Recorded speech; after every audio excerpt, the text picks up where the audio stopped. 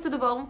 Bom, se tá aqui pela primeira vez, não esquece, deixa seu like, se inscreve no canal, vem fazer parte da família Imparcialmente Santista. E cara, Chubirulu, que loucura, novela Carille começando, né? Corinthians ontem perdeu pro Palmeiras, não assisti o jogo, tava gravando os vídeos pro canal sobre o jogo do Santos, né? Não assisti o meu jogo do Corinthians contra o Palmeiras, mas sei que a situação está crítica para os corintianos.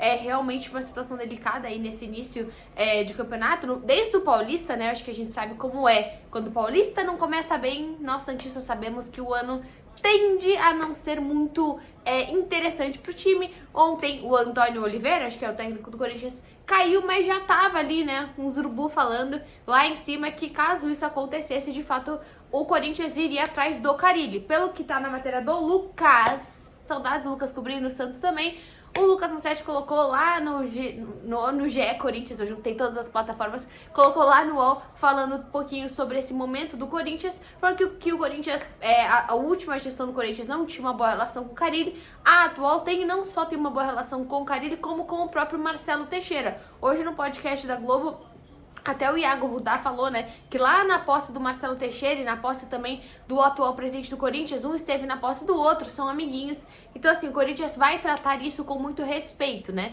A gente sabe que tem várias outras questões, mas da parte, ninguém vai ficar passando a perna no outro, oferecendo mais ou realmente fazendo alguns acordos que a gente depois não vai saber. Acredito que, seja o que for que vá acontecer, não sei se essa frase tá com a...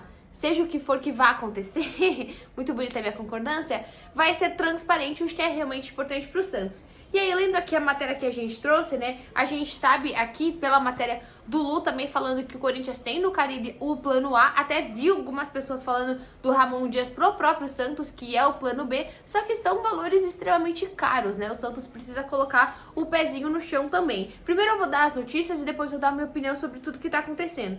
Aqui também fala sobre a boa relação que tem Augusto Melo com o próprio Fábio Carille, também com o próprio Marcelo Teixeira. O Carille tá disposto a conversar porque, como a gente já falou aqui, ele tá indisposto no Santos, né? Até o Felipe Mendes comentou que ontem o Carille tava com 39 de febre, mas assim, o Carille vem tendo indisposições não só com... Não o Santos, né? Ele vem tendo indisposições com o Marcelo Teixeira. Acho que é importante a gente separar o que é Santos, o que é torcida, o que é Marcelo Teixeira. E a diretoria não vem muito bem. A multa rescisória é cerca de 2 milhões de reais.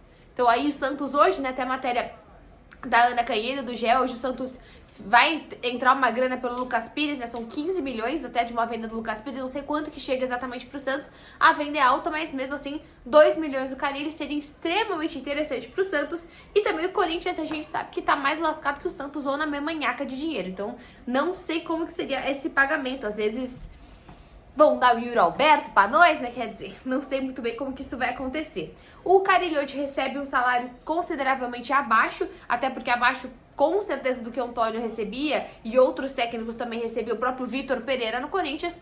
Não sei se o Corinthians tá com essa bola toda pra oferecer algo maior. E assim, eu vi hoje no podcast falando, mas há 2 meses atrás, né, o Carille recebeu a proposta do Vasco e nisso não mexeu. O Carille falou que ele ficaria. A relação era outra e existe uma grande diferença entre Vasco e Corinthians pra carreira do próprio Fábio Carille. Eu acho que hoje o Carille teria até... Não sei, são pressões bem grandes estando no Santos ou estando no Corinthians, porque os dois times enfrentam momentos muito difíceis, mas assim, pra ele sair do Santos pra ir pro Vasco, um time que ele ainda não criou, pode criar um dia uma identificação, é mais complicado. Eu não acho que dá pra gente comparar. Agora ele odeia o Santos e antes ele amava. Não, mas também é muito diferente você receber uma proposta de um time que você já foi muito vitorioso, já foi campeão brasileiro, é um time que te deu uma grande oportunidade. O primeiro grande time que deu uma grande oportunidade pro Carille. Então assim, vamos também colocar cada caixinha no seu lugar, porque o momento é muito diferente. O Santos vem, foram 4 derrotas, agora que o Santos tá mais ou menos se reestruturando nos placares. O Santos ainda joga muito mal e a gente sabe disso. Então existe essa questão salarial. E aí os outros pontos também tem a questão da base, né, que o Marcelo Teixeira tá pressionando o Carille pra usar. Ontem realmente foi uma coisa um pouco estranha, muita gente falando, ele tá testando, mas eu acho que a gente pode ir com calma também, não falar que ele ia testar pra dar errado. Eu acho que daí a gente não tá olhando pra Fábio Carille como um técnico, tá olhando pra uma pessoa que teria um caráter ruim de meter um monte de moleque pra ver se lascar. Eu acho que não é longe do Carille fazer isso. Então tem toda essa questão. Tem questão também que o Carille fala que ele pediu um monte de pessoas, até na matéria do UOL, ele falou que o Marcelo Groy e o Igor Rabelo, a diretoria não quis e depois foi atrás. Então o Carille também tá há muito tempo, desde o Paulista, alegando que, Eu pedi reforços, vocês não trouxeram, tô com as mesmas pessoas desde o Paulista que não tá dando certo. Então também tem uma parte da diretoria ali que tá faltando esses, né, estreitar esses combinados entre os dois. Aí acho interessante também essa frase do Luke, qual que a diretoria alega que não tem dinheiro um dia, mas no outro dia fala que pode pagar 2 milhões pro Gabigol, e o Carille fica meio tipo, tem dinheiro ou não tem dinheiro, como que tá essa situação, galera, e que o Carille também desaprova a rotina do CT Rei Pelé. Marcelo Teixeira Filho não tem cargo oficial, mas possui rotina diretiva e autoriza amigos a frequentar o ambiente. Então, assim, basicamente o Carille está um pouco discordando de alguns profissionalismos de dentro do CT, que a gente sabe que no Santos acontecem algumas coisas que a gente sabe que existe lá dentro, que o Santos tem esse o Santos é de Santos, esse creme de la creme ali, mas a gente sabe que isso acontece muito na gestão do Marcelo Teixeira, até porque o Marcelo Teixeira tem uma influência muito maior do que vários outros presidentes, talvez seja o presidente que tem mais influência lá dentro. Então, talvez essas questões, esses pequenos combinados, esses pequenos cronogramas, seja muito mais difícil você tentar mexer em algo com o Marcelo Teixeira do que poderia ser com o Rueda, Odílio, Laor, qualquer outro presidente, Pérez, que o Santos já teve na vida. E a outra divergência, bom, já falei que é a questão da base.